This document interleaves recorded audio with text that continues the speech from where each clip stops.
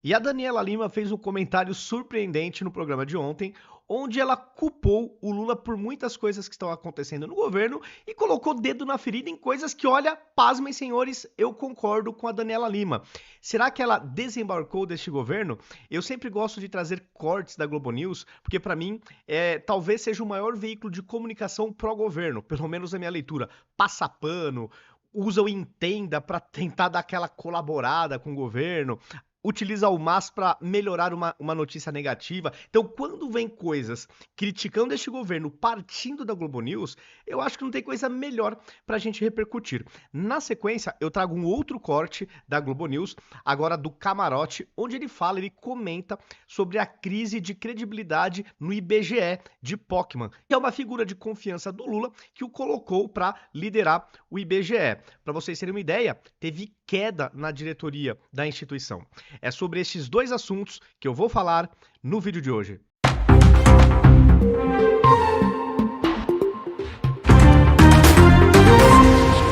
Começando aqui pelo corte da Daniela Lima, eu confesso que eu fiquei bem surpreso com esses comentários que ela fez, e não porque ela teve uma grande sacada, nossa, ela viu uma coisa que ninguém enxergou, não. Ela demorou séculos, pelo menos para verbalizar desta forma o que é nítido e notório. O Lula tem culpa em quase tudo de ruim que vem acontecendo no governo. No mínimo, por ter indicado este time que está conduzindo o nosso país. E ela foi na ferida falando poucas e boas. Vou dar um play aqui nas falas da Daniela e vou fazendo os meus comentários. O pai da crise tem nome e sobrenome e vai passando assim quase de vítima. É Luiz Inácio Lula da Silva. A história da comunicação que transformaram o novo ministro das comunicações, o Sidônio Palmeira, numa espécie de bálsamo da virada, que ele não é e que ele não será. A gente falou aqui várias vezes na Central, a comunicação é um problema? Deste governo, sim. E de todos os outros, também é um desafio. Aqui eu só quero fazer um parênteses. A comunicação pode não ser as mil maravilhas, mas eu não acho que o principal ofensor nessa queda de popularidade do Lula seja a falha de comunicação do governo. O que eles vão comunicar de bom para a sociedade? Me fale quais fatos positivos este governo tem gerado para que a comunicação reverbere para a sociedade. Por exemplo, quando o cidadão vai para o supermercado, quando ele vai na farmácia, quando ele vai abastecer o carro, quando ele vai contratar o serviço, ele lembra do custo Brasil, ele lembra que esse governo está deixando cada vez mais caro o Brasil de uma maneira geral. Os preços estão disparando, a inflação está descontrolada, por culpa também do governo no que se refere às questões fiscais. Então, eu acho que o ponto não é assim, é a comunicação, a grande vilã deste governo. Discordo. É o governo em si que, como todo, que como um ente que toca o nosso país, está deixando muito a desejar. Produz mais notícias negativas do que positivas. Com um pequeno detalhe: nos dias de hoje, as pessoas não se informam mais predominantemente pela imprensa. Muitos até já nem se informam mais pela imprensa tradicional. Agora o povo tem as redes sociais, o povo pensa por conta própria. O povo não fica refém daquelas notícias já mastigadinhas com aquele viés ideológico, com aquela passada de pano. Os tempos mudaram.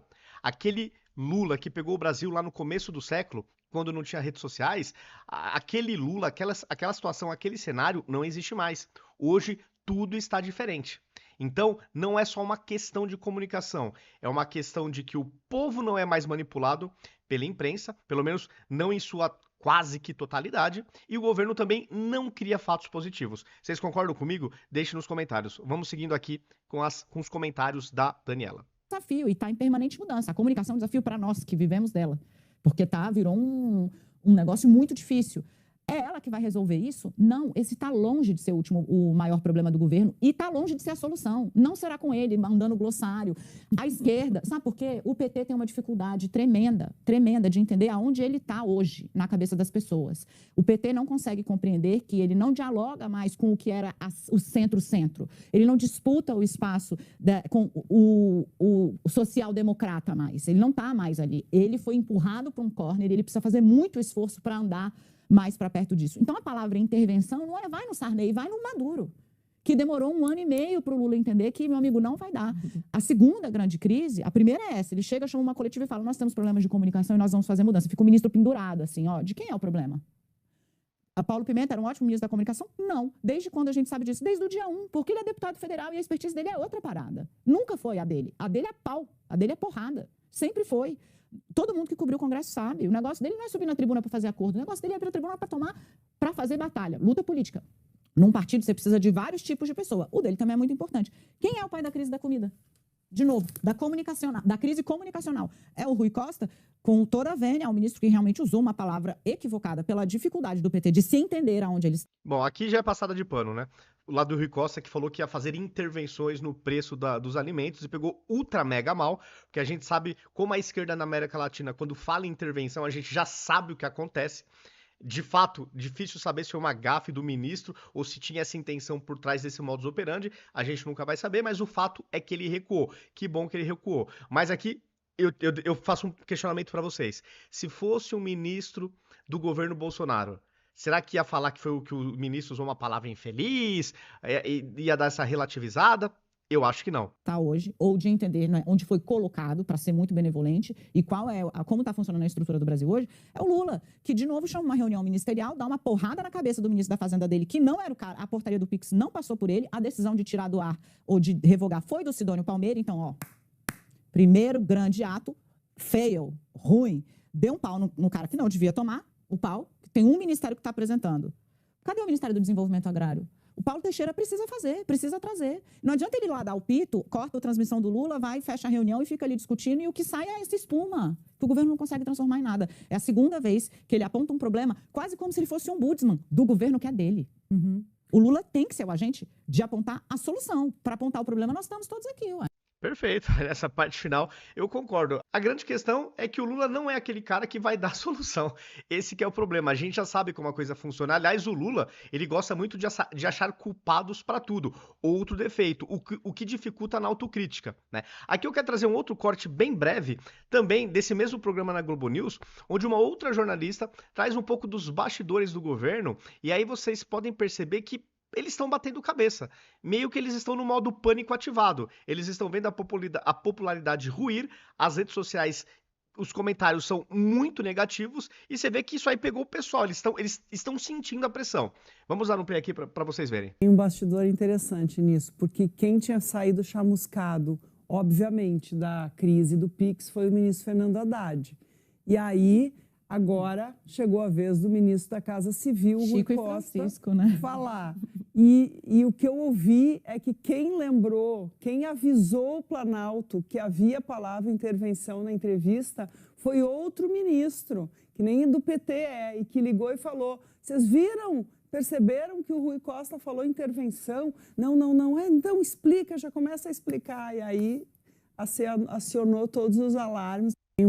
O negócio tá complicado, o pessoal tá batendo cabeça, a coisa tá feia. E para finalizar, eu quero trazer esse comentário do Camarote, feito também no dia de ontem, onde ele fala sobre a crise de credibilidade que está pairando sobre o IBGE de Pockmann, que é uma figurinha carimbada dentro do lulopetismo, é um cara de confiança do Lula, tanto que ele o colocou para liderar o IBGE, só que as coisas não estão indo muito bem. Inclusive, teve queda na diretoria, com pessoas se solidarizando com quem saiu. Tá? Então, assim, quando eu pelo menos, né, quando penso em PT, o que me vem à mente é a piora de empresas estatais que estavam lucrando, aí o PT começa a dar prejuízo, se não dá prejuízo, o lucro cai consideravelmente. Eu fico com a percepção que, no geral, a qualidade da gestão técnica das estatais tem uma queda absurda. Aí a gente vê uma instituição tão importante como o IBGE também sofrendo o que eu chamo de consequências de um lulopetismo. Dá a impressão que onde o PT põe o dedo, a chance de melhorar é quase nula. Essa aqui é a impressão.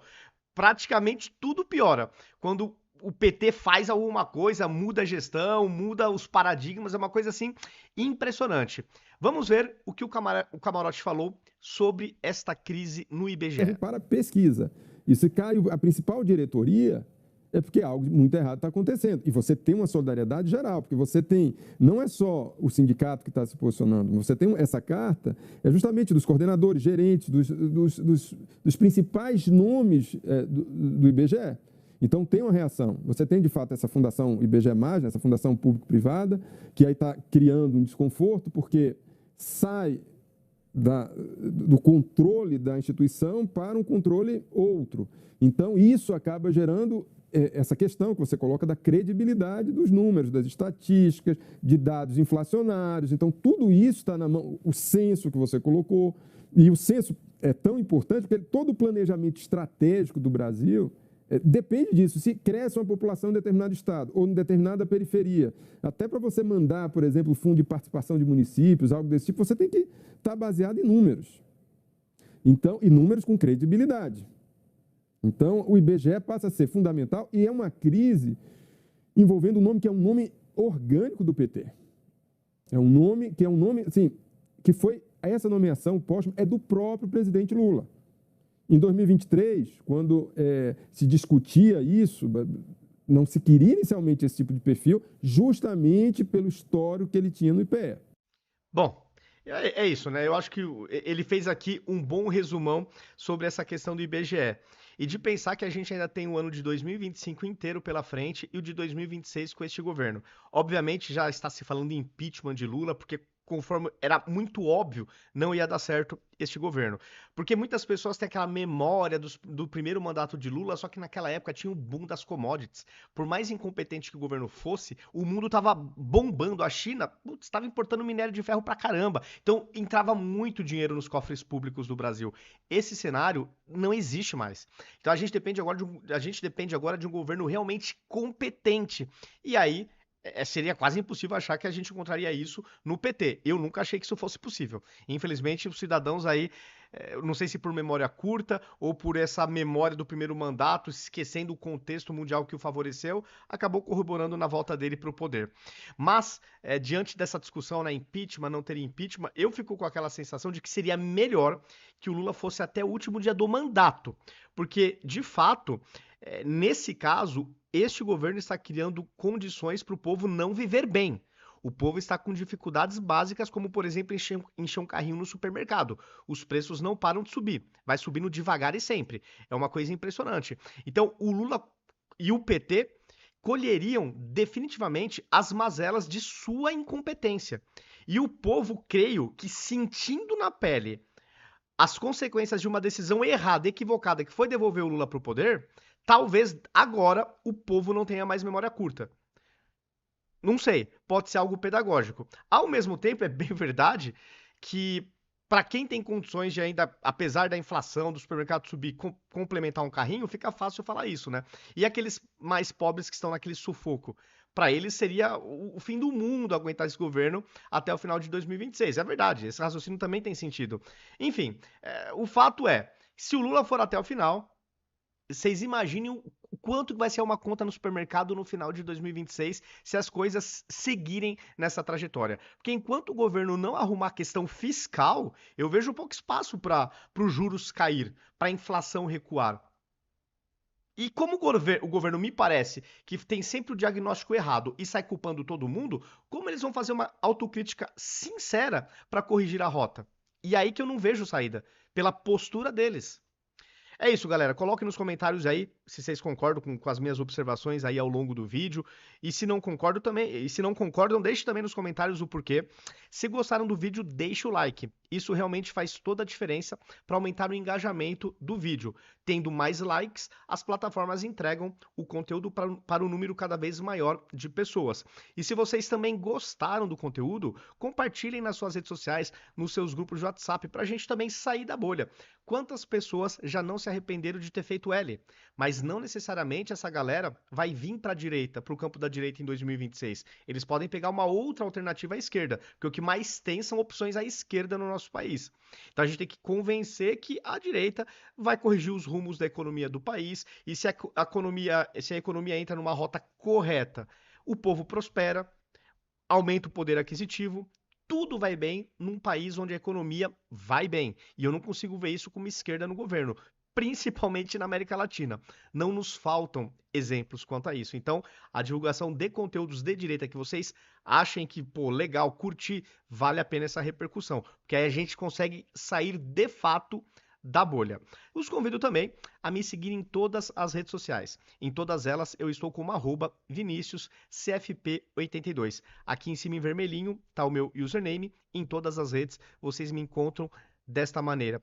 Feito o convite, dado o recado, até o próximo vídeo.